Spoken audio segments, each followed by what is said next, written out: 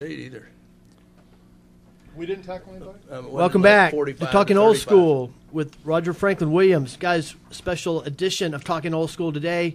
Very special edition. Tribute to one of the all-great teams in Florida Gator history, the 1969 Florida Gators.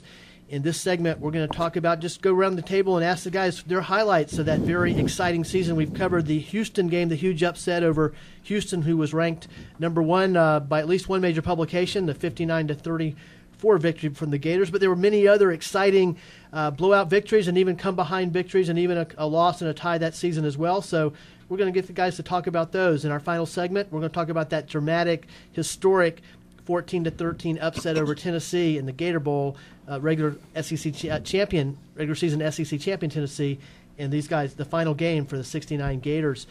I also want to let you know we're joined by linebacker Mike Kelly. You'll hear from him in this segment, and also a veteran senior offensive tackle Wayne Griffith. Guys, thanks for joining the crew here. Great to be here. And guys, I'll just run over and I'll go down the season, and then I'll throw it out to any of you guys to talk about, share some of your highlights with us. After that big victory over Houston, as we said, that the momentum seemed to carry on from that. There was another high-scoring game, approximately 47-34 against Mississippi State. Nice 21-6 victory over FSU, where John Reeves and Carlos Alvarez hooked up for a couple of good touchdown passes. Come from behind victory over a lightly regarded Tulane, 18-17, that required a 2-point conversion at the end of the game. 52-2 revenge blowout over North Carolina. 40-21 victory over Vanderbilt. Lost on the road to Auburn, and a 13-13 tie with Georgia, and then back on track for 31-6 against Kentucky and a 35-16 against Miami, where again Carlos Alvarez and John Reeves had a huge day. Carlos got 15 for 237. Guys, I'll just throw it up to you, and love to hear some of your thoughts on the rest of the season up before the Tennessee game. I think go ahead, Mike. We were the no-name defense with that offense, right? Yes. I mean, we were like Miami's no-name defense, but we hung together as a team that wanted to win the game just as much as the offense, and we had some great camaraderie, great team work between the guys, and it was just a great time back then. That's good. Mac, how about some of your highlights coming down the rest of the season? Gosh, I guess the come from behind against Tulane was awesome. I think that's really the first time I thought that maybe we had a chance to do something magical. That was an incredible experience. The loss at Auburn was devastating. Personally, my high school football coach and 4 of my teammates played for the Auburn team, so it was a huge game for me personally. And we got whipped so bad. That was a highlight / lowlight, but something that none of us will ever forget. Right, JR? No, that record may. I think Mac and I led the team in tackles that game. It was cover right or cover left from our offensive line position. Well, we were 33 for 66 for 300 and something yards, and completed 9 to them. Yeah. So actually, I completed 42 passes then. Amazingly, we were in the game till the end, though. Yeah. That was amazing. Yeah, it was a weird game, and actually, we probably didn't know it, but we had the talent to be undefeated that year. But that's very hard to do, obviously, and very disappointing that we botched a field goal attempt, or we would have been SEC champs if we'd have. We were on at 6, I think, when we attempted that field 22. goal. That was against Georgia. Yeah, against Georgia, and so we ended up with a tie instead of a win. Otherwise, we would have been SEC champs, or at least tied. We beat the SEC champs. Right. Today's rules, we would have been champs. Yeah, that's right. That's right.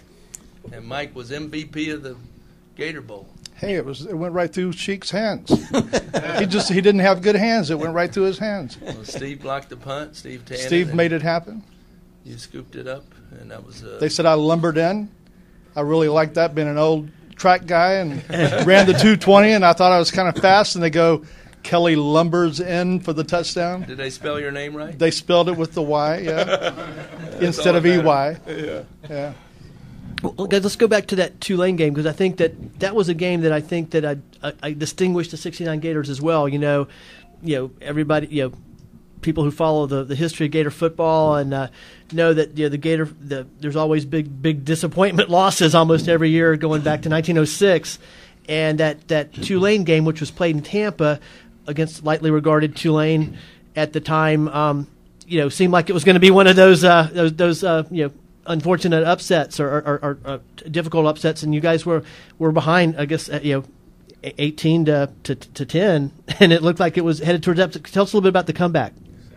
Yeah, well, they 17 to 10. I think we had beaten Florida State the week before, like you talked about, 21-6, which was a huge game here. I mean, a great sellout, people spilling over into the onto the sidelines. I remember the governor at that time. Remember Claude Kirk? Claude Kirk. He was there. Was manning the sidelines.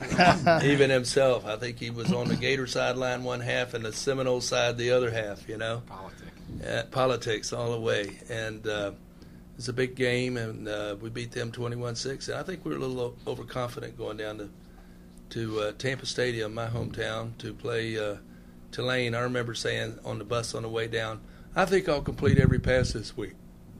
Something stupid like that. And, I think as it ended up, I was like 20 for 50 or something, But we hit them when we had to. Yeah, they had a quarterback, though, that was like 6'4", 6'5", and was it Albury or Ely that they were coming in? They were still having a chance to win the game at the end, and our defensive back was like 5'10", 5'11", and this guy that played quarterback for their team was 6'4", 6'5", big quarterback. Yeah. And was it Albury that stopped him on like the one, Ely or Albury that stopped him on the 1 yard line? Yep. And then Harvard Clark at the end of the game, he had an interception right at the end of the game, sealed it for us, and it was over after we scored that 8 points. So a couple guys had stepped up there. Yeah. Andy Cheney caught a key pass in that drive. John, why don't you tell us about that drive where you guys, late game drive, came back, not only had to score, but had to get the 2-point conversion as well to get the win. Yeah, we drove up to about the 50 or something. I looked over to Coach Pancos, and he pointed at me. It was about 3rd and 8, 3rd and 10. And what popped into my head was a play called Split Right 83, which was a curl to the split end, who was Andy Cheney. Carlos was the flanker out to the outside the tight end, and also known as Z, the split end known as X. On 83 was a weak side series, and Andy simply ran a curl, 15-yard curl. And when I dropped back, they rotated about their whole secondary over to Carlos, I think, and there was nobody within 15 yards of Andy on a curl route, and threw him one in there, and he ran it down to the 1 yard line. And then touchdown Tommy Durrance, who's not with us anymore, jumped over from there. And he scored, by the way, 20 touchdowns that year. In 18. 10, was it 18? I thought it was 20. But that's still a record, isn't it? No. Riedel Anthony broke it. In 1 year? Yeah. He scored more than that. But anyway, and then we went for 2.